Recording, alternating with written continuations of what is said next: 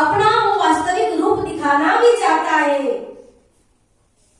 भगवान भक्त का भगवान बन के भी सामने आता है, वो कर्म के सिद्धांत का ईश्वर बन के भी हमारे सामने आता है, वो धर्म का रक्षक बन के भी मृत्यु पर विजय प्राप्त कर लिया था। ऐसे ही बाली का जीवन है। बाली के जीवन में भी उसने जो मृत्यु को प्राप्त किया, उस जीवन के काल मृत्यु पर उसने विजय को प्राप्त किया। लेकिन जटायु के जीवन और बाली के जीवन में बहुत फर्क था। जब भगवान राम के पास जब सुग्रीव जी गए,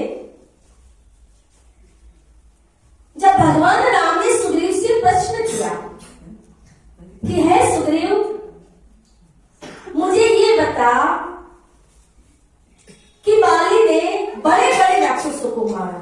देखो वो कोई कम नहीं था, बाली भी सत्यवान था, धार्मिक था, उसके अंदर सद्गुण भी थे, वो बड़े बड़े राक्षसों का वध करता था और जहां भी जा सकता था सुग्रीव इसके पीछे बाली पड़ा हुआ था कि कब मुझे सुग्रीव मिले और मैं उसे मार दूं।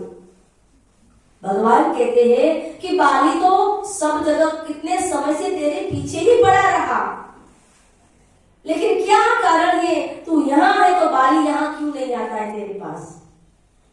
किस कारण से बाली नहीं आता है?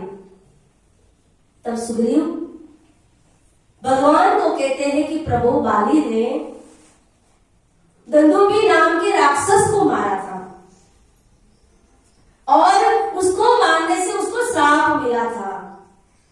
अब वो स्वामी जी कहते हैं जब राक्षसों का वध होता है तो ऋषि मुनियों से आशीर्वाद मिलना चाहिए या श्राप मिलना चाहिए? तब तो आशीर्वाद चाहिए।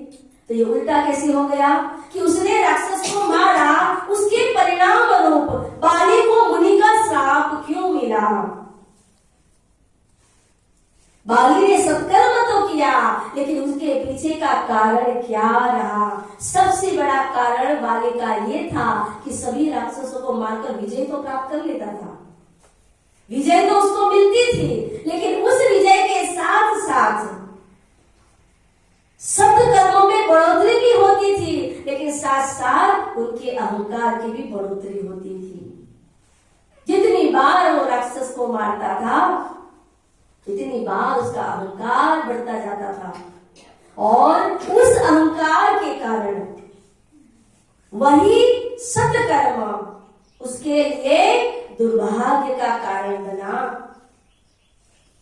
कि उसने उस राक्षस को मार दिया। तो बाली ने सोचा कि मुझे तो किसी ने देखा ही नहीं, मैंने इसको मारा, और किसी ने देखा नहीं तो पता कैसे चलेगा कि मैंने उसको मारा है। इसीलिए बाली ने सोचा कि मैं ऐसा करता हूं कि कोई देखे इस राक्षस को मरा हुआ तो पता चले कि मैंने मारा है, तो उस मरे हुए राक्षस को उठा करके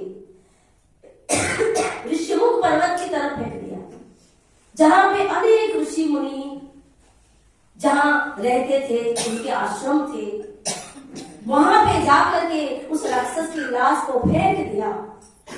और जब उस ऋषि के आश्रम में वो राक्षस की लाश वहां पड़ी थी, जब उसका सब पड़ा था, तब उसको देख करके मुनि ने श्राप दे दिया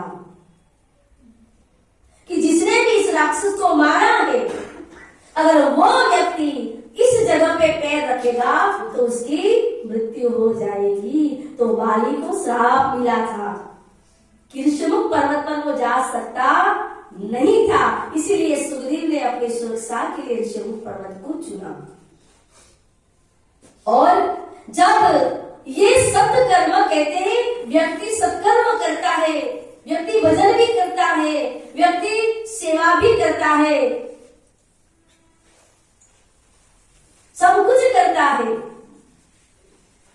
लेकिन फिर भी व्यक्ति के जीवन में वो कर्म के साथ जो उसका दूसरा कर्म जुड़ जाता है, सत्कर्म के साथ जब व्यक्ति का अहंकार भी जुड़ जाता है, जब इस भक्ति के साथ अहंकार आ जाता है, भक्ति के साथ जब दिखावा आने लगता है, भक्ति के साथ जब छलकपट आने लगता है, उस समय के अंदर वो भक्ति का प्रभाव जीवन में पड़ता नहीं है। हम सब करते हैं, ज्ञान भी है, हम चलो ज्यादा नहीं तो 5 मिनट तो ध्यान भजन करते ही है, हमारे अंदर प्रेम है, भाव है, सब कुछ है, फिर भी क्या कारण है, हम क्यों आगे नहीं बढ़ पा रहे हैं? क्योंकि इसमें कुछ न कुछ कारण है।